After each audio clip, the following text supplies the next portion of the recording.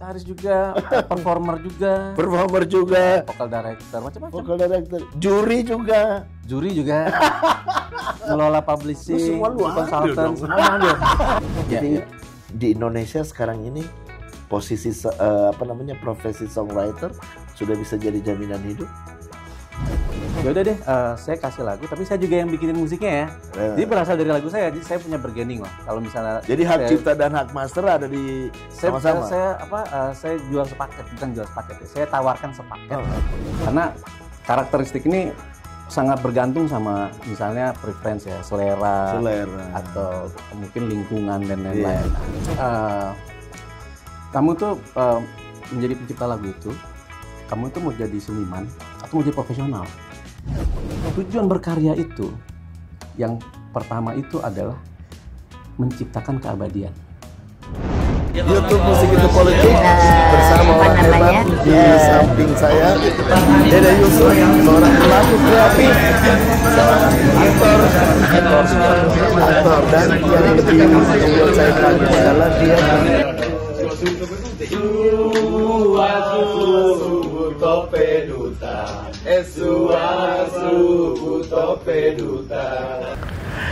Baku Dapa ulang dengan saya Amin Abdullah atau dikenal juga dengan Muhammad Amin di channel YouTube Musik Itu Politik, terutama dalam segmen Baku Dapa. Dan kali ini kita Baku Dapa itu bertemu. Kalau dalam bahasa Indonesia Timur ya, baku saling dapat ketemu.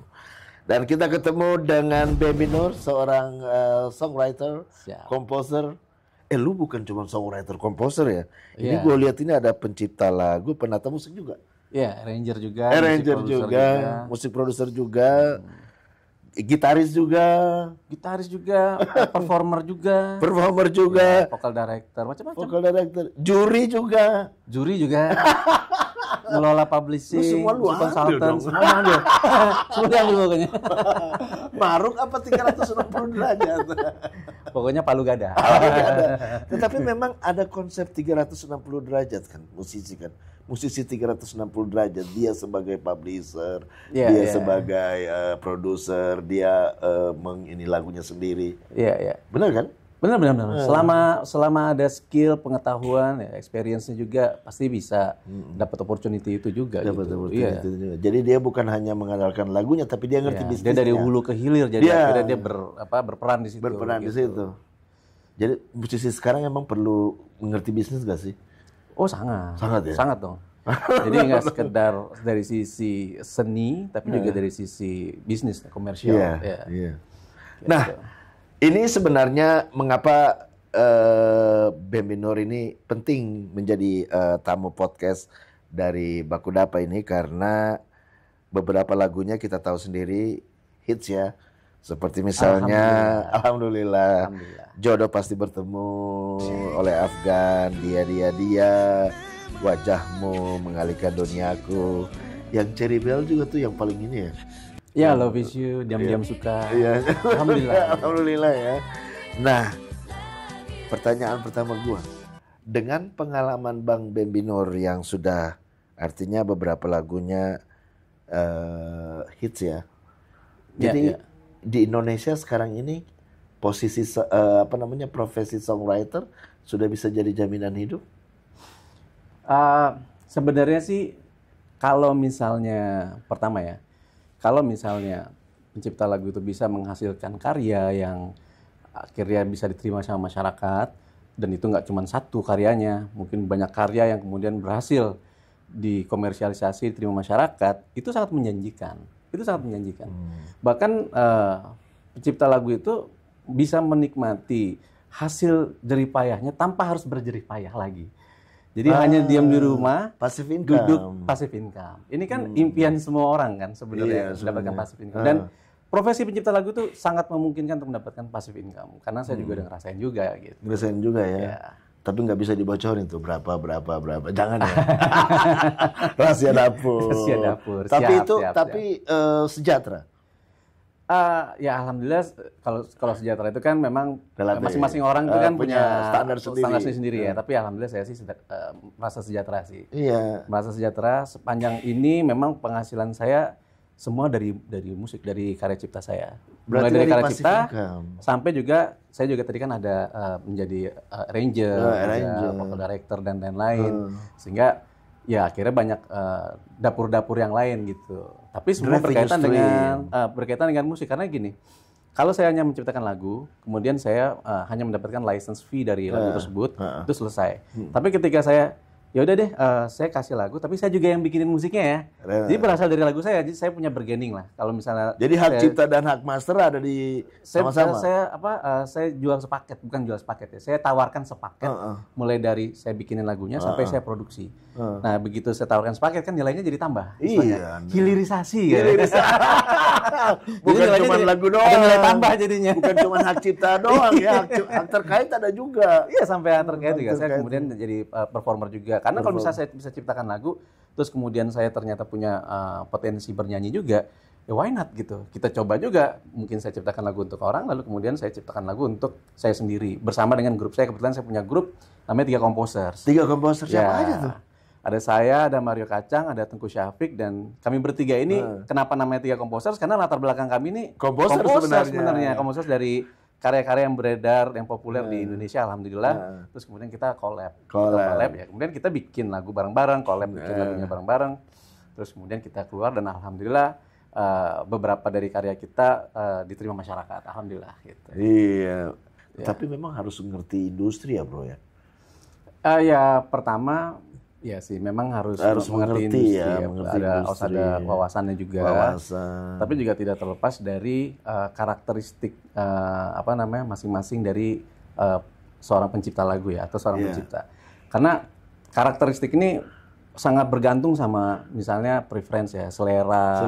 Atau mungkin lingkungan dan lain-lain. Nah, karena ini juga tidak bisa dipaksakan. Misalnya ada seseorang yang memang dia preferensinya dangdut, dia suka lagu-lagu Melayu atau apa, kemudian dia belajar untuk meng-create itu dengan wawasan yang dia tahu, sehingga dia akan menjadi ahlinya di situ. Dia tahu tuh lagu Melayu yang enak tuh apa sih, yang gimana sih, nadanya yang gimana sih, yang khas, gitu. Lirik-liriknya yang digunakan, lirik-lirik seperti apa, tema-tema seperti apa.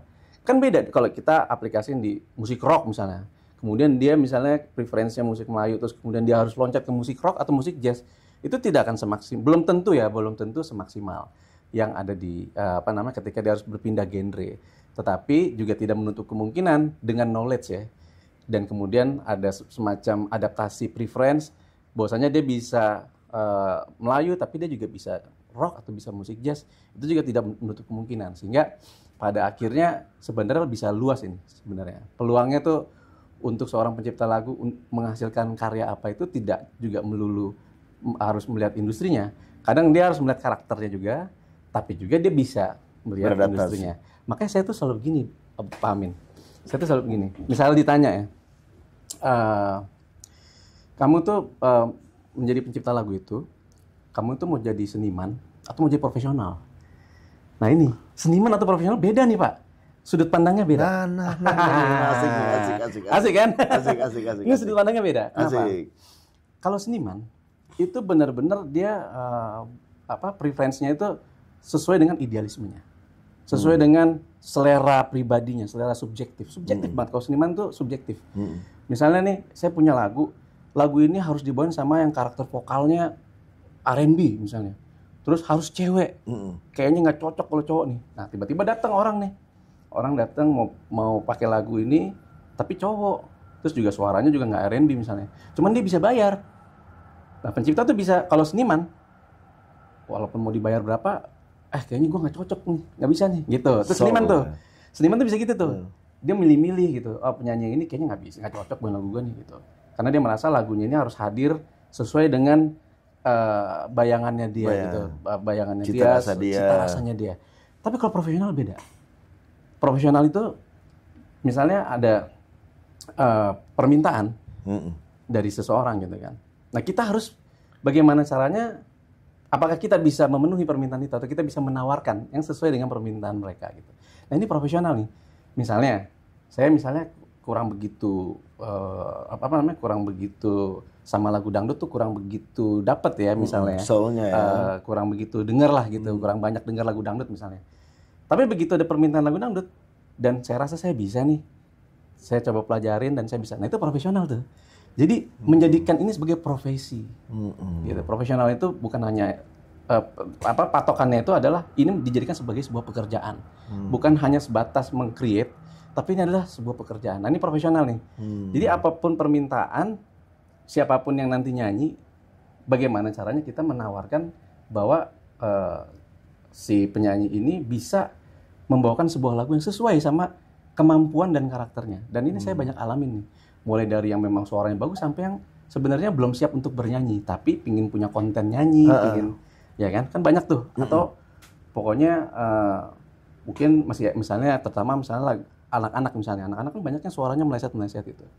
Nah, ini saya sebagai profesional, saya akan mencoba untuk memberikan karya yang bisa dibawakan mereka, gitu, yang sesuai dengan kemampuan mereka, dan saya terbuka untuk siapapun selama saya mampu untuk menciptakan karya tersebut. Beda dengan sudut pandang seniman. Seniman itu, wah saya pokoknya cuma mau di jazz, yang lain saya nggak bisa misalnya. Atau saya untuk lagu yang ini saya mau penyanyinya yang begini. Kalau yang lain saya nggak mau, walaupun dibayar. Seniman tuh bisa nolak tuh. Gitu. Idealis. Nah, karena idealis. Nah, tapi memang sebaiknya seperti apa? Kalau menurut saya, terkadang kita menjadi profesional atau profesi, tapi terkadang juga kita boleh jadi seniman. Terhadap karya-karya tertentu yang memang kita sudah patokin, ini kayaknya untuk yang ini khusus deh. Gitu. Fleksibel kan maksudnya? Fleksibel. Nah, kalau itu aku pribadi seperti itu karakternya. Fleksibel ya. Jadi lebih banyak jadi profesional, tapi bisa juga menjadi seniman. Gitu. Nah, tadi itu menarik ketika kemudian sebenarnya dia nggak basicnya lagu rock. Dia bukan dangdut. Tapi kemudian dia misalnya mendapat orderan atau memang kepengen kolaborasi dengan dangdut. Ternyata bisa. Kan ada beberapa contoh kasus tuh, lagunya selain juga pernah ada tuh yang ada dangdut-dangdutnya gitu ya. Lagunya Ahmad Dhani juga ada dangdut-dangdutnya. Setiap ada kamu mengapa itu ada dangdut. Terus kemudian Pasha Ungu juga. Itu mungkin yang disebut dengan profesional ya. Artinya dia bisa beradaptasi dengan gitu. Kacamata profesional kan gitu. Dia akhirnya melihat market. Oh, marketnya lagi begini nih. Coba kita create yang gini. Nah, ini profesional nih. Kalau seniman belum tentu gitu. Mau marketnya lagi laku lagu Melayu, tapi ini bukan gua banget nih. Itu seniman tuh. Jadi kapan kita memposisikan diri sebagai seniman dan kapan kita memposisikan diri sebagai profesional, ini adalah sebuah tantangan tersendiri sebenarnya gitu. Karena memang nggak semua orang yang seniman itu juga membuka pintu seluas-luasnya. Memang ada bagusnya ketika seniman itu bertahan sebagai seniman, maka dia punya positioning. Bahwasanya ya gue ahlinya di sini nih dan gue nggak mau kemana-mana. Sehingga akhirnya orang mencari, oh kalau yang ini nih dia nih yang jago nih. Memang tuh keuntungan sebagai seniman seperti itu, dia bisa memperkuat positioningnya dia, diferensiasinya. Ya, diferensiasinya dia. Tapi tidak tertutup kemungkinan juga seorang profesional juga bisa menempatkan diri juga gitu sebagai apalagi terutama kebutuhan yang paling banyak kan musik pop ya. Jadi kan musik pop ini walaupun memang ada beberapa turunan genrenya lagi, misalnya pop R&B, ada pop atau dan lain-lain. Tapi bahkan sampai pop dangdut juga ada tuh kan gitu. Tapi selama seorang profesional itu mampu untuk menawarkan sebuah karya, dia tidak lagi melihat siapa yang mau menyanyikan, tapi dia berpikir untuk bagaimana yang mau menyanyikan ini bisa mendapatkan karya yang nyaman untuk dia nyanyikan. Dan yang pastinya tidak lagi melihat, wah saya ini klien saya ini belum bisa nyanyi, belum siap nyanyi misalnya. Tapi malah harus berpikir bahwa klien saya ini punya mimpi untuk mendapatkan karya yang indah. Jadi juga jangan milih-milih, oh buat yang dia nggak bisa nyanyi kita kasih yang biasa-biasa aja deh, nggak usah effort banget. Kalau saya nggak gitu tuh, karena saya banyak sekali klien-klien saya itu yang independen. Mereka memang banyak juga yang belum siap untuk bernyanyi sebenarnya, tapi mereka pingin punya karya, punya konten, karena mereka punya karya, punya konten. Karena ini juga penting nih, Pak Amin, ini penting juga nih. Tujuan dari berkarya ini juga kadang-kadang saya sering juga sharing sama klien-klien yang klien saya yang independen ini nih. Klien saya banyak independen nih. Saya sharing memang tujuan berkarya itu yang pertama itu adalah menciptakan keabadian. Jadi apa yang keabadian yang seperti apa? Momentum kita waktu kita menciptakan karya itu. Misalnya nih seorang penyanyi, ya kan, pada saat umur sekian lagi masih remaja atau masih anak-anak misalnya, terus kita bikinin karya, itu dia sedang mengabadikan momentumnya pada saat itu. Nantinya waktu dia tua, waktu mungkin itu suaranya sudah berubah, udah mungkin nggak bisa nyanyi atau apapun, dia bisa lihat ini waktu pada saat itu begini. Anaknya juga masih bisa lihat, oh ini ibu saya nih waktu mudanya. Bahkan karena ini adalah menciptakan keabadian, bahkan nanti ketika dia sudah tidak ada, ya kan? Itu anak, cucu, cicit, sampai cicitnya lagi masih bisa tahu leluhurnya siapa. Oh, leluhurnya tuh yang ini nih. Nah, iya. Bisa begitu. History, gitu. Ya. Menciptakan sejarah. Menciptakan keabadian. Oke. Sudah berapa lagu yang dibuat? Baik yang belum rekaman, belum yang ini, yang apa, belum sudah direkam, atau yang belum direkam, atau diskografinya udah berapa lagu? Lumayan banyak sih. Sampai lupa nih. Sampai lupa, ratusan ada?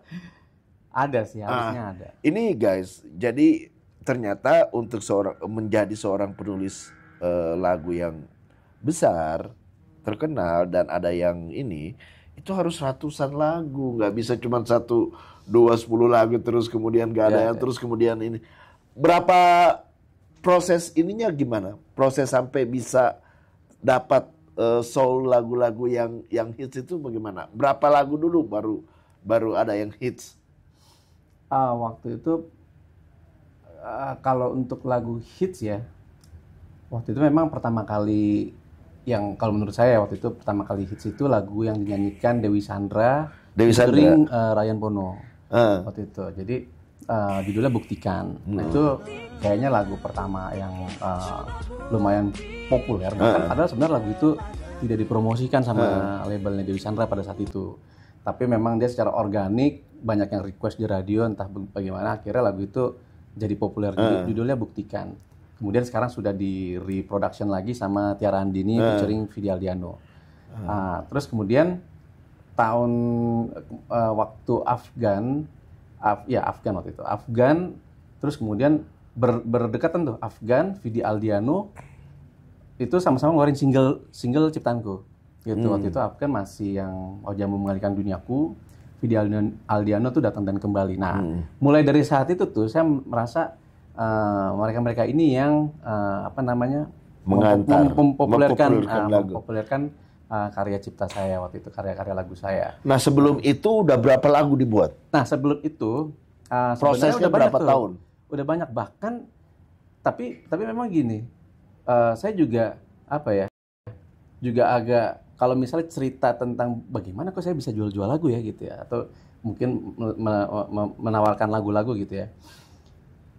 Waktu itu tuh saya juga bingung juga ya. Saya tidak pernah menjemput bola soalnya. Tapi bola itu datang sendiri ke saya. Jadi bahkan pengalaman saya sebagai pencipta lagu nih, menciptakan lagu lalu menawarkan lagu-lagu itu sebuah pengalaman yang penuh dengan keberuntungan kalau menurut saya. Faktor luck juga mungkin ada ya. Keberuntungan memang. Faktor lucknya lebih besar dibanding faktor usahanya ya. Tapi dengan ada luck maksudnya ada opportunity ya. Usahanya lebih mudah aja gitu. Nah, tapi kan sebelum faktor luck itu datang, ada effort dong yang dibuat di depan. Sama sekali nggak ada. Ini yang aneh nih. Ini yang aneh. Jadi sebelum lagu tadi misalnya Wajahku Mengalihkan Duniaku, itu sudah berapa lagu sebelumnya? Ini deh nih, makanya saya mau cerita. Jadi sebelumnya itu justru yang lucunya gini, Pak Amin ya. Bukan berapa lagu yang kemudian rilis, tapi justru pertanyaannya, kok lagu itu bisa ada? Bisa ada yang mau bawain. Nah, ini pertanyaan paling pentingnya nih. Kenapa lagu itu bisa ada dibawain, sehingga ketika lagu itu dibawain kan punya peluang untuk dia jadi populer atau belum saatnya gitu kan. Nah, bagaimana kok lagu tuh bisa dipakai nih? Lagu ini bisa digunakan sama beberapa penyanyi, dan waktu itu nama-namanya juga lumayan besar-besar loh. Kayak misalnya nih, waktu itu kan telepon kita kan belum pakai BBM, malah masih telepon yang telepon biasa tuh. Ada SMS dari Mas Hedi Yunus. Masa sih Mas Hedi Yunus, ya kan? SMS saya benar.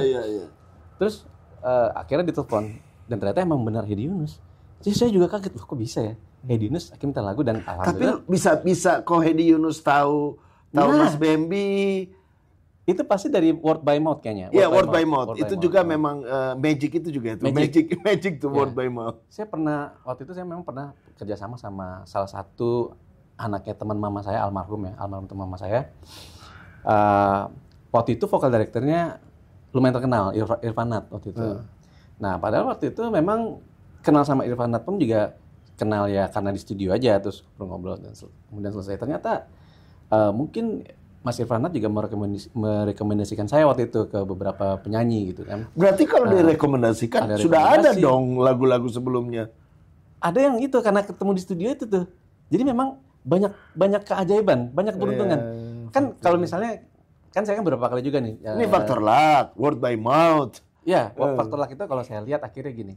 Pertama word by mouth ya, pertama. Terus yang kedua pertemuan-pertemuan yang tidak disengaja. Relasi ya. Relasi tapi yang memang tidak diupayakan, yang memang aku tidak melakukan networking apapun gitu. Tapi memang sudah terbentuk ala kadarnya misalnya nih. Tapi lu ada effort nggak ketemu sama ini, atau ada dalam sebuah ruangan atau dalam keluarga lu memang sudah punya networking? Sebenarnya kalau kita pakai keluarga ya, kalau pakai keluarga nih harusnya networknya luas sekali. Oh iya, lu harusnya. Bukannya keluarga musisi emang kan? Betul. Karena kalau dari mama, ini ada Om Krisya waktu itu masih hidup lagi, almarhum Krisya. Almarhum Krisya jadinya jatuhnya kena omku. Om ya. Karena kawin dengan Tante Anti. Damayanti Nur. Itu sepupunya mama, sepupu deket banget. Sepupu mama. Dulu kan mama kan punya grup Nur Bersaudara waktu kecil. Oh iya, gue masih ingat tuh.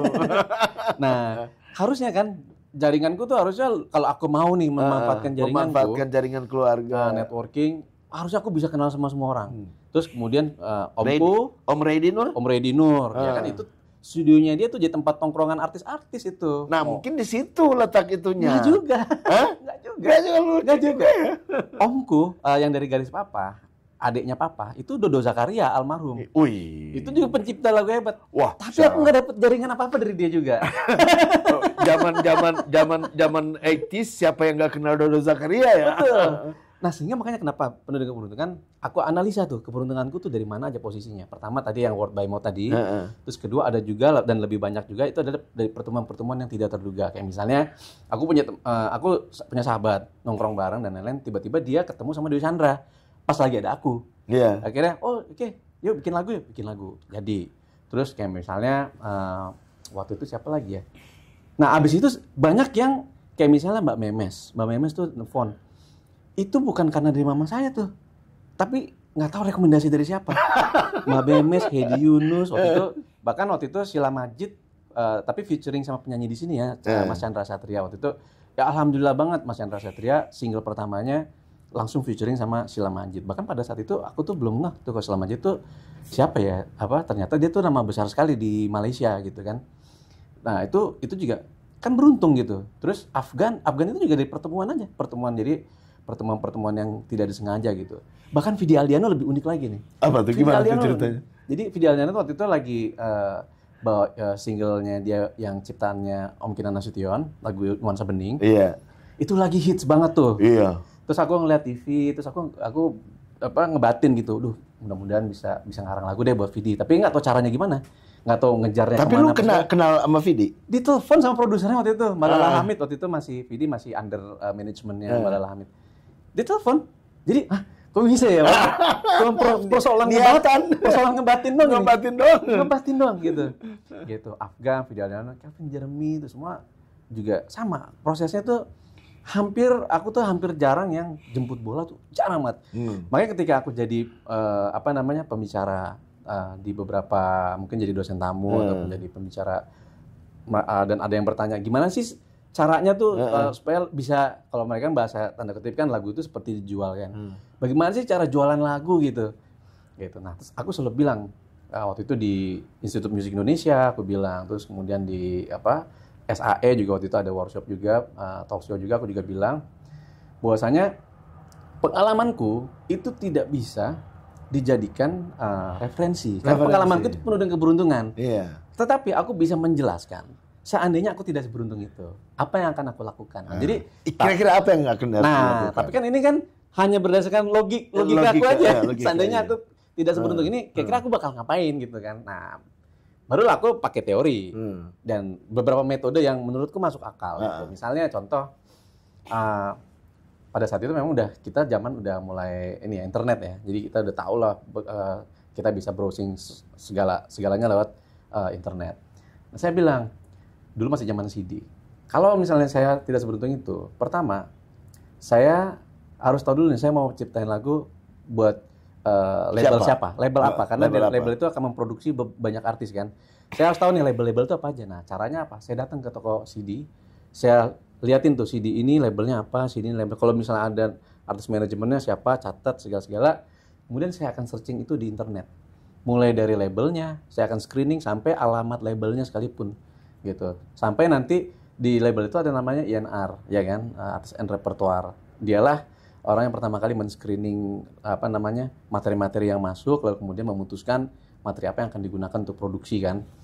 Nah, itu dan aku mencoba tuh tes sebelum aku ngomong kayak gitu di depan mahasiswa apa segala, aku ngetes dulu. Ada nggak sih nama INR di googling gitu kan? Ada gitu. Jadi ternyata bisa metode nih. Jadi nanti setelah saya tahu label, saya search nama INR-nya, habis itu saya akan datang tuh ke label itu tuh. Saya akan datang ke label itu walaupun saya nggak kenal sama INR-nya misalnya, tapi kan saya tahu namanya. Saya sudah siapkan materi yang presentatif tentunya, udah bawa map yang bagus, segala supaya ada kesan pertama bahwa ini benar-benar presentatif nih orang nih gitu. Datang ketemu resepsionis, saya akan bilang ke resepsionis bahwa saya mau ketemu Pak ini gitu. Padahal Pak itu nggak kenal saya kan, tapi saya harus dengan percaya diri seolah-olah memang saya tuh mau bertemu dengan orang ini karena dengan kepercayaan diri itu akan memberi kesan bahwa saya ini kenal sama orang itu kan gitu. Ini saya dari pencipta lagu, tolong bilangin aja saya dari pencipta lagu mau bertemu untuk menawarkan lagu-lagu kan. Kalau resepsionis kan mereka nggak tahu apa-apa kan. Ya mereka kalau memang orangnya ada di sana pasti akan kasih tahu. Begitu kasih tahu kan pasti kan penasaran, loh kok orangnya tahu nama gue ya gitu kan. Siapa ya? Udah suruh masuk. Nah, di situ. Di situ baru kita perform kan. Pak, saya perkenalkan saya dapat nama Bapak dari googling gitu kan. Saya lihat usaha saya mencari Bapak ini dari saya ke toko CD, saya lihat nama labelnya, terus kemudian saya search. Nah, kemudian akhirnya saya bertemu dengan Bapak sekarang. Ini Bapak saya punya karya lagu dan boleh didengar. Mungkin belum tentu langsung cocok, tapi setidaknya Bapak setidaknya tahu bahwa saya adalah pencipta lagu yang kemudian nanti mudah-mudahan saya diberikan kesempatan untuk mencoba menawarkan beberapa karya lagu saya yang mungkin belum ada di sini. Dan mudah-mudahan nanti dari sekian banyak yang saya tawarkan, mudah-mudahan nanti ada yang cocok kan. Memang kita harus ada percobaan kan, trial error kan penting kan gitu. Trial error. Ya. Nah ini kan ini adalah metode yang aku pakai seandainya aku tidak seberuntung itu. Iya. Ini kan untuk teman-teman subscriber channel YouTube Musik Itu Politik. Malah lebih gampang lah. Nah, sekarang kan gini, lu tadi ngomong CD terus kemudian ketemu produser, itu kan di zaman dulu, di zaman kemudian kita tidak bisa bikin home studio. Betul. Kita kemudian tidak ada istilah 360 derajat musician. Betul. Di mana kemudian kita bisa jadi publisher sendiri, punya label indie sendiri. Betul. Nah itu kan berarti kan lebih ini lagi dong, lebih terbuka lagi peluangnya. Ada nggak? Oh lebih terbuka lagi. Ada nggak tips? Lu kan tadi ngomong itu pada zaman CD. Sekarang kan zaman revenue streaming beda lagi. Iya. Nah makanya banyak loh yang DM saya di Instagram saya. Memang rata-rata tuh pencipta lagu yang baru mau mencoba untuk berkarir lah sebagai pencipta lagu atau setidaknya mau menawarkan karya-karyanya. Nah biasanya memang saya kasih petunjuk tuh. Saya kasih petunjuk pertama kenapa nggak kalian tuh mengekspos diri kalian sebagai pencipta lagu, tapi cara exposure-nya justru kalian sudah menerbitkan karya kalian sendiri, entah nanti collab dengan teman. Kalau misalnya kamu nggak bisa nyanyi, kamu ajak teman kamu yang bisa nyanyi gitu. Ini kan untuk showcase pertama. Tapi kan kita nggak pernah tahu nanti mungkin dari showcase itu jangan-jangan malah dia yang ngetop kan gitu. Ya, kita nggak pernah tahu, tapi setidaknya kita punya showcase. Jadi orang tuh ngelihat kemampuan karya kamu tuh seperti apa. Dari showcase itu, kamu bikin Instagram kamu, ya kan? Kamu develop, terus kamu posisikan diri kamu sebagai pencipta lagu. Misalnya nanti di konten-konten kamu tuh berhubungan sama penciptaan lagu. Misalnya kamu lagi mau tidur, kamu ciptain lagu pendek, cuman refnya doang. Sehingga orang tuh tahu skill kamu. Pertama, terus orang tahu positioning kamu adalah seorang pencipta lagu. Apalagi kamu mengeluarkan karya yang memang tujuan kamu awal sebagai showcase aja. Mungkin kamu ajak teman kamu, atau kamu sendiri yang kalau kamu bisa nyanyi gitu kan. Kamu sendiri. Bahkan Bahkan kalau misalnya kamu nggak bisa bikin aransemen yang full, aransemen yang simple aja, mungkin cuma gitaran akustik. Di luar negeri itu bahkan udah lama, semacam sekelas John Mayer aja, itu dia masih melakukan showcase lagu demonya dia tuh di atas panggung loh. Jadi di atas panggung bahkan dia bikin semacam EP ya, atau mini album ya. Mini album itu lagu-lagu yang belum keluar di albumnya. Jadi masih bentuknya akustik tuh, gitu, bentuk-bentuk akustik. Sehingga sebenarnya lagu yang dengan aransemen yang sangat, oh ini lagu ini enak, oh ini lagu ini. Ternyata responnya banyak yang lagu ini, akhirnya lagu ini dibikin full musik misalnya gitu kan. Nah kalian bisa lakukan itu. Kalau kalian nggak punya nggak bisa bikin musik lengkap, bikin aja dengan cara sederhana, cuma pianoan, cuma apa. Tapi kamu yang nyanyi sendiri, showcase. Jadi jangan kamu berpikir lagu kamu cuma segini. Kamu bisa ciptakan lagu yang banyak. Nah sebagian dari karya-karya kamu itu yang menurut kamu terbaik, kamu jadikan showcase. Baik itu kamu nyanyiin sendiri, atau kamu collab dengan teman-teman kamu, baik itu kamu cuman dengan musik yang paling sederhana, cuman piano atau gitar aja, atau mungkin ada teman-teman kamu yang mau bantuin bikin musik yang full, gitu kan? Nah, sehingga ada showcase kan. Nah dari showcase itu, kalau kamu rajin bikin hashtag, nge-share konten kamu dan lain-lain, kamu punya opportunity. Dan kamu mungkin sering-sering hashtag atau mention label kah atau mungkin artis yang kamu suka gitu kan, nggak ada masalah kan. Mungkin jadi effortnya itu daily ya. Iya mungkin tiap kamu hari. Mungkin kalau artisnya susah kan ada artis manajemennya ya kan, mungkin mereka lebih concern untuk melihat segala traffic yang ada di sosial media, sehingga mudah-mudahan kamu dapat atensi gitu kan. Mungkin direct message kamu dapat atensi. Boleh jadi kamu pura-pura aja mau ngundang misalnya kan. Ya kan? Kan artis manajemen pasti akan merespon kan. Kamu pura-pura mau mengundang, tapi nanti di bawahnya juga kamu di bawahnya bilang, oh iya sekalian dong saya juga menciptakan lagu, mungkin bisa didengar karya-karya saya nih di link ini gitu. Mungkin diarahkan ke konten-konten yang tadinya sudah siapkan sebagai showcase kan gitu. Walaupun speak awalnya mau nanya-nanya pekerjaan kan gitu kan, pasti kan direspon sama artis manajemen, minimal dibaca kan sama dia gitu kan. Nah itu kan trik-trik aja sebenarnya, trik bagaimana supaya dapat atensi, supaya si showcase ini bisa dilihat. Nah kalau showcase ini dilihat kan akhirnya dinilai, oh ternyata capable nih bikin lagu yang showcase enak itu kayak demo ya maksudnya ya? Iya demo, tapi kan itu bisa dirilis sekarang, udah bisa dalam bentuk akustik aja, itu udah bisa dirilis di digital streaming platform. Iya. Bisa. Udah bisa dimonetize lagi. Iya. Kita nggak pernah tahu keberuntungan. Iya, memang faktor X di dalam dunia industri hiburan memang faktor banget tuh. Ya, walaupun masih bisa dianalisis ya penyebabnya apa. Tapi untuk sampai ke sebuah penyebab itu bisa terjadi, itu kadang mudah atau susahnya itu yang kita sebut keberuntungan. Gitu. Mudah atau susahnya aja. Kalau ternyata mudah, ya kamu beruntung berarti. Oke, kita mau menganalisa, tadi kan bilang faktor X juga bisa dianalisa. Kalau kita bongkar struktur lagu, kalau seorang komposer, songwriter, dia pasti harus ada hook. Ada something that easy to catchy. Hook yang repeatable dan enak didengar, dan itu yang menjadi jualan dari lagu itu. Terus kemudian ada faktor time release juga mungkin ya. Jadi momentumnya tepat. Tadi juga kita udah ngomong momentum. Terus kemudian soul mungkin. Soul, dapat soulnya gitu. Secara seni ya, itu dari faktor seni berarti itu. Soul ya. Karakteristik dari seorang songwriter juga ini gitu. Nah, yang saya lihat dari karya-karyanya Mas Bambi, itu Mas Bambi bisa bikin lagu karakter Afgan, karakternya ini begitu variatif gitu. Jadi maksudnya itu rahasianya apa ya? Saya pernah bikin lagu buat Gigi loh. Band kan itu. Band. Dan berarti harus tahu karakternya Arman. Iya. Gigi secara full. Gigi bawa Mas Wamen. Sama Niji juga waktu itu masih Mas Wamen dulu. Sama Niji sama Gigi waktu itu untuk yang band ya. Itu saya juga pernah bikin buat anak-anak pasti, dangdut malah saya pernah sekali. Terus macam-macam ya. Jadi jazz pernah. Jadi banyak sih sebenarnya. Ya itu maksudnya pertanyaannya adalah apa yang harus bagaimana tekniknya? Apakah hooknya dulu dicari atau motifnya dulu atau bagaimana? Verse atau apa, chorus atau apa? Ya ini dia nih, karena ini hubungannya dengan profesional berarti Iya, kan. profesional. Ini bukan sekedar seniman, Iya. tapi profesional. Nah memang kalau profesional ini cara pandangnya itu pertama cara pandang industrial. Jadi cara pandang industrial itu kira-kira karakter yang diminta itu seperti apa sih? Misalnya kalau lagu rock karakternya apa? Kalau lagu jazz lagunya apa? Kalau band terutama band Gigi karakternya apa? Jadi kita membaca dulu tuh, kita menganalisis. Oh jadi lu ini dulu tuh. Dan bahkan ngobrol terus kemudian untuk mendapat karakter lagunya. Kalau kayak sekelas Gigi dan lain-lain karena sudah ada sampelnya kan. Kalau biasanya kalau yang ngobrol atau interview itu kalau yang belum orang-orang independen yang belum rilis, belum pernah rilis, sehingga nggak punya sampel kan.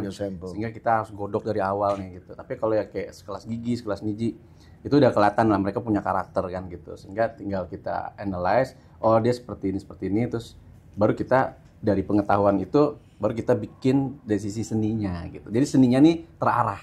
Seniman yang profesional itu adalah seniman yang terarah gitu. Jadi dia mengikuti permintaan. Kalau misalnya seniman dia tidak melulu mengikuti permintaan, tapi dia menawarkan. Atau bahkan mungkin menawarkan hanya kepada yang dia inginkan aja. Tapi kalau profesional tadi mencoba untuk mengakomodir semua permintaan yang dari kliennya gitu. Oh, kok kayak misalnya nih Gigi ini begini, Niji begini atau yang lain-lain begini. Nah, itu kita dari situ tuh knowledge itu dari situ menganalize dulu sih. Gitu. Dan secara struktur lu bikin apa dulu? Apakah beatnya dulu, apakah running akordnya dulu, atau apanya dulu? Dulu awalnya, awal banget ciptaan lagu ya, awal banget ciptaan lagu. Itu harus pegang gitar. Terus kemudian mulai nentuin tema dulu sih yang pasti kan, nentuin tema. Ini step by stepnya mencipta lagu itu awal yang paling harus dilakukan itu adalah menentukan tema dulu. Karena dari tema itu nanti kita akan tahu tuh arahnya, semua arahnya. Gitu. Misalnya kalau temanya kemudian ternyata menggambarkan kebahagiaan, positif gitu. Berarti kan liriknya harus positif. Terus cepat, temponya cepat. Ya, musiknya, bayangannya, temponya seperti apa? Mungkin medium up atau upbeat, medium ya kan? up, iya. Terus dan lain-lain. Terus misalnya lirik-liriknya akan ke arah apa? Jadi tema dulu sih sebenarnya pertama. Tapi pasti nentuin tema. Tapi dulu saya tuh ketergantungan sama alat musik dulu tapi awal-awal.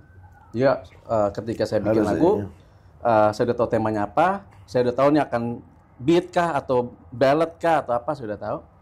Tetapi karena dengan alat musik, pertama saya harus ketemu alat musiknya dulu, baru saya bisa ngarang lagu gitu. Terus ada gitar baru saya bikin. Terus kemudian di gitar itu kan akan dalam satu bar itu ada beberapa probability chord. Iya. Jadi misalnya dari C mau progresi ke mana nih? Mau ke ya ibaratnya kalau misalnya 1 2 3 4 5 6 7 ya, do re mi fa sol la si do. Dari 1 kita bisa mau ke 2, bisa mau ke 3, bisa mau ke 4 ya kan? Atau dari 1 ke 4, atau dari 1 ke 3, atau dari 1 ke 6. Banyak nih kemungkinannya nih. Setiap progresi chord yang kita hasilkan misalnya dari C terus ke E minor itu nadanya bisa beda. Gagasan nadanya dibanding kalau dari C saya ke A minor. Dari A minor itu saya ke F misalnya, atau dari A minor saya ke E minor, itu juga nadanya bisa beda lagi. Sehingga terlalu banyak probability nada. Dan ternyata akhirnya saya merasakan menciptakan lagu tanpa alat musik itu adalah yang paling enak. Malah tanpa alat musik. Karena probability ininya malah semakin tidak terbuka. Karena kita harus milih dari chordnya ke apa. Kita akhirnya fokus ke struktur nada. Dan ini alhamdulillah yang saya lakukan belakangan ini udah lama sih. Tapi setiap kali saya bikin lagu, saya jarang. Berarti melodic line dulu, garis melodi dulu dapat. Saya bikin struktur lagu dan itu langsung sama lirik itu. Jadi karena saya udah tahu temanya, kemudian saya berpikir saya akan mau ngomongin apa sih, hook liriknya apa ya gitu. Kayak misalnya lebih baik bangun cinta daripada daripada jatuh cinta. Itu kan udah saya pikirin tuh sesuatu yang unik. Gimana cara jatuh cinta itu punya kontranya jatuh cinta kan bangun, jatuh kan kontranya bangun gitu. Tapi bagaimana saya menggambarkan bahwa bangun cinta itu lebih baik dari jatuh cinta? Oh, karena jatuh itu sakit, kalau bangun itu semangat gitu kan? Ini ada di lagu saya judul Bangun Cinta. Tuh saya bilang saya interpretasikan dengan personifikasikan dengan seorang pujangga. Padahal tuh ya nggak ada sih kan gitu. Kata pujangga jatuh cinta itu tak semudah, tak secepat hati. Bangun cinta itu tak semudah, tak secepat hati jatuh cinta. Jadi ternyata kalau bangun cinta itu beda nih. Saya menggambarkan di dalam lirik itu ya. Bangun cinta itu bukan kayak jatuh cinta yang tiba-tiba kita cepat banget jatuh. Kalau bangun tuh benar-benar harus ada proses sampai kita sampai ke tujuan kita gitu. Ke tujuan kita untuk membangun cinta itu apa gitu. Ya akhirnya mungkin berkeluarga atau mungkin cinta yang setia, hidup mati atau apapun gitu. Nah, jadi saya sudah memikirkan dulu tuh waktu tanpa alat musik nih. Misalnya saya jalan kaki. Biasanya yang paling sering saya lakukan nih. Dari rumah ke salah satu minimarket dekat rumah. Karena saya mau bikin lagu, biasanya saya jalan kaki tuh. Dari rumah ke minimarket. Mau jajan apa aja terserah deh, pokoknya intinya jalan, harus jalan tuh. Jalan sambil mikirin nadanya tuh, nada, lirik gitu kan. Terus pulang, itu udah jadi tuh. Biasanya entah jadi refnya, entah jadi ref sama bait. Dan biasanya saya harus fokus pertama bikin ref dulu. Ref itu adalah bagian pertama. Kenapa? Karena ref itu adalah ada di situ juga kan. Karena gini, ref itu adalah bagian yang diingat sama orang. Iya. Jadi dan bagian yang dinyanyiin sama orang. Dan enak dan kayak macam istilahnya jualannya di situ kali ya. Iya, kalau misalnya lu tau lagu dia nggak? Oh, dia yang itu kan. Nah, maksudnya segitu. Gitu, enggak akhirnya enggak gitu. Itu kan baitnya kan. Itu verse-nya. Itu verse-nya. Jadi kenapa kalau jadi nanti fokusnya kita langsung lagu, di chorus ya. Chorus. Nah, saya selalu kalau bikin lagu sampai sekarang nih pada detik ini, metode saya itu setelah memikirkan tema ya pasti ya. Baru saya memikirkan ref. Oh, chorus. Jadi, berarti tema dulu baru chorus. Nah, ya. terus, tapi saya tanpa alat musik. Entah bagaimana kalau yang lain ya, mungkin apa memang pasti banyak punya dengan caranya masing-masing. Ya. Cuman kalau saya pribadi boleh saran, coba deh sekali-sekali tanpa alat musik. Karena saya udah ngerasain nih. Dan ternyata kan banyak juga penyanyi lagu lain kan di luar sana yang ternyata memang mereka nggak bisa main atau mereka nggak lancar main alat musik, tapi mereka bisa menyusun struktur melodi itu langsung tanpa alat musik, dan bahkan itu akan menjadi semakin fokus gitu karena tidak ada probabilitas yang terlalu banyak. Kalau pakai piano nanti modulasi ke sini, ke sana, kemari, gitar ya kemana-mana. Oke, ini udah dapet nih guys. Jadi kalau Bambi dia lebih mementingkan tema, dapat dulu, baru kemudian chorusnya dibikin dan kemudian bahkan sisanya dan bahkan cenderung untuk tidak lagi menggunakan instrumen. Ini ilmu baru nih. Oke, Bung. Ya. Proyek ke depan ya masih berkarya tidak henti sih. Cuma maksudnya dalam waktu dekat ini apa aja gitu. Lagi ada orderan dari artis mana? Kalau boleh spill. Oke. Kalau yang kemarin baru rilis ya. Kemarin tuh baru rilis itu tapi memang belum rilis di digital streaming platform kalau saya nggak salah karena masih eksklusif. Itu baru rilis di salah satu restoran ayam ya. Tapi bukan yang biasa, yang satu lagi yang ada keju-kejunya. Nah ini rilis tribute to Vina Panduwinata. Tapi memang itu bukan saya sebagai pencipta lagu. Itu karena lagu-lagu yang dipopulerkan sama Vina, tapi saya memproduce musiknya. Gitu. Ada sekitar 8 lagu, satu lagu tuh saya cuma vocal directing aja. Musiknya udah ada, jadi saya cuma vocal directing. Di situ ada Novia Bahmit, ada Dirli Idol, Citra Scholastika, Michael Idol juga, banyak sih, Abdul and the Coffee Theory dan lain-lain. Terus kemudian juga ada beberapa yang tribute juga untuk Faris RM. Tribute to Faris RM tuh lagu-lagu Faris RM yang populer dibawakan ulang. Saya bikin musiknya doang sih. Oh jadi dengan aransemen baru?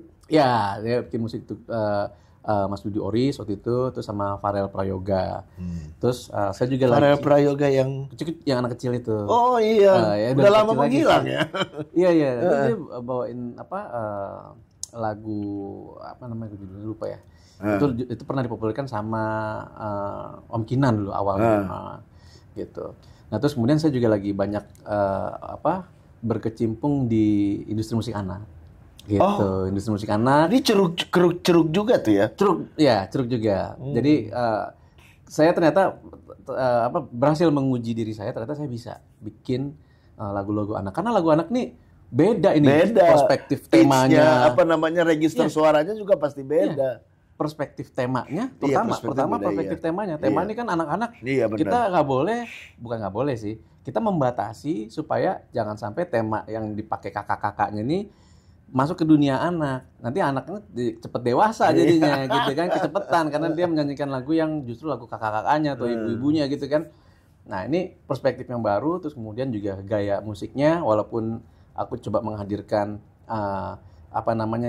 nyawa pop atau warna pop di industri musik anak, pop modern ya. Tetapi juga kan harus ada vibes yang kekanak-kanakannya gitu. Jadi ada instrumen-instrumen atau sound-sound yang kita pilih yang itu memang menggambarkan lagu anak gitu. Walaupun juga bukan yang sederhana seperti lagu anak yang terlalu sederhana ya.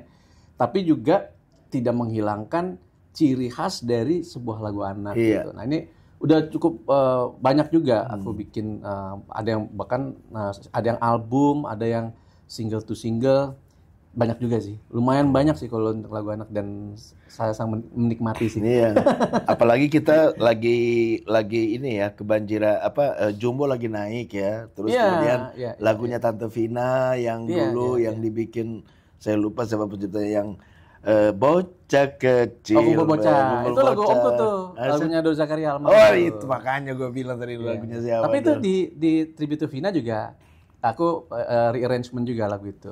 Tadinya mau dibawakan sama Lala Carmela, cuman berganti vokalis, pendatang baru, cuman memang ini pilihan dari klien.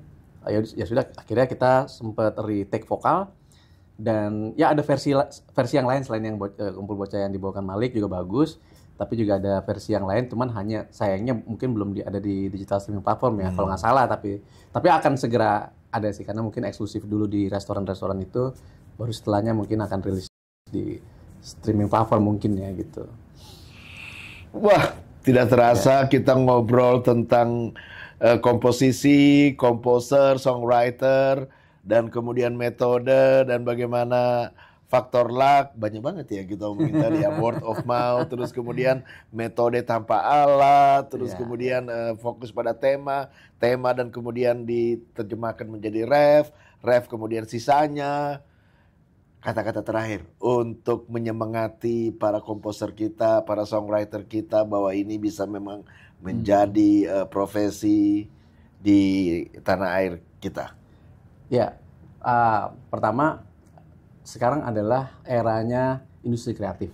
Itu loh pertama. Kebetulan nih Pak Amin ya, sekalian saya endorse-nya. Tapi memang ini fakta bahwa dengan adanya kemandirian media, di mana semua orang bisa bikin medianya sendiri. Berarti sekarang terjadi sebuah desentralisasi ya. Jadi tidak lagi terfokus sama media-media besar, tetapi kita bisa menciptakan media dan kita bisa membesarkan media kita sendiri. Kita bisa mempositioningkan diri kita sendiri. Nah, ini menjadi peluang untuk para kreator ya, khususnya terkhusus di sini pencipta lagu. Nah, pencipta lagu di sini punya peluang untuk menghadirkan dirinya sebagai showcase di konten-konten gitu. Nah, dari konten itu bahkan nggak hanya menjadikan showcase, tapi itu sudah langsung bisa dirilis gitu. Sehingga sekarang karena eranya digital, sehingga sekarang untuk yang tadi kita sebut seandainya lagu itu meledak gitu ya, ya itu nanti kita akan dapat passive income. Nah, passive income-nya adalah impian semua orang sebenarnya gitu. Semakin di masa tuanya udah enak ya. Iya, dan bahkan lagu itu kan bisa diwariskan ya gitu. Bisa kalau nanti tiba-tiba dan ini pengalaman saya pribadi ya Pak ya. Saya ada beberapa lagu yang rilisnya tuh udah 6 tahun lalu, 5 tahun lalu. Ternyata baru viralnya sekarang-sekarang. Iya, itu beberapa tahun kemudian. Faktor yang juga X tuh. Gila-gilaan. Maksudnya secara income gila-gilaan gitu. Kayak misalnya lagunya Keisha Lafronka itu udah judulnya Jadi Kekasihku Saja, itu udah rilis udah lama banget. Baru sekarang meledaknya alhamdulillah di salah satu digital streaming platform udah 100 jutaan. Terus kemudian jadi beberapa back song atau soundtrack film, sinetron kalau nggak salah, dan film juga untuk back song, dan ya benar-benar hasilnya gila-gilaan gitu. Jadi padahal itu karya yang udah lama banget. Dan mungkin lu udah lupa kali. Sehingga kita, ya terus Gia Indrawati juga sama judulnya Rasa Cinta Ini, itu juga udah lama banget keluarnya dan baru naik dan baru terasa royaltinya sekarang. Sehingga kita dari pengalaman saya pribadi ini, saya akhirnya optimis bahwa karya itu ternyata punya momentumnya sendiri Pak. Karya itu punya momentumnya sendiri. Nanti entah nggak hari ini, tapi bisa jadi jangan-jangan 2-3 tahun lagi. Bahkan mungkin karya-karya yang kita sama sekali pandang sebelah mata, oh cuma bikin akustikan doang, tiba-tiba meledak gitu. Malah who knows gitu. Jadi akhirnya pada akhirnya lagi nih ya. Ya, pada akhirnya saya cuma bisa bilang berkarya saja gitu. Berkarya sebanyak-banyaknya tentu dengan melibatkan segala kemampuan dan juga cita rasa, penjiwaan dan lain-lain, dan hadirkan secara presentatif sehingga showcase kalian itu akan bisa dinikmati banyak orang, baik itu dimonetize sebagai konten ataupun nanti turunannya orang malah pingin beli lagu lewat kalian gitu, karena melihat konten-konten kalian tuh bagus ya. Akhirnya gue kayak lu bagus ya bikin lagu dong gitu. Jadi akhirnya gitu, padahal dia cuma iseng-iseng mau monetize lagunya di konten kan gitu. Benar banyak loh strategi-strateginya Pak, cuman nggak tahu mungkin waktunya udah nggak cukup nih kan. Soalnya nanti bisa kita yang kedua. Oh yang benar, yang part 2 kita bicara strategi memonetize karya cipta kita ini kan. Karena gitu. ini narasumbernya ini ya seorang pencipta lagu, tapi juga sebagai seorang narasumber yang bagus ya, talksnya bagus, jadi dipancing pertanyaan dikit, jawabannya itu udah detail banget, sehingga, nah cuman kan biasanya podcast tuh harus memang punya time ya, karena orang timingnya pas orang lagi mau-maunya kita udah berhenti. Siap. Tapi kita nanti akan lanjut ke insyaallah ada waktu ya, kita part 2 kiat-kiat ya, misalnya lebih pada kiat-kiat gitu ya. Oke. Terima kasih Bung Sama-sama. Mbak Binur udah seorang komposer dan seorang, ya saya pikir harus jadi dosen juga nih ya. Baru jadi dosen tamu aja. Jadi dosen tamu. Ya, sampai baku dapat ulang dengan saya Amin Abdullah dan Bem Binur di channel YouTube Musik Itu Politik, terutama di segmen Baku Dapat.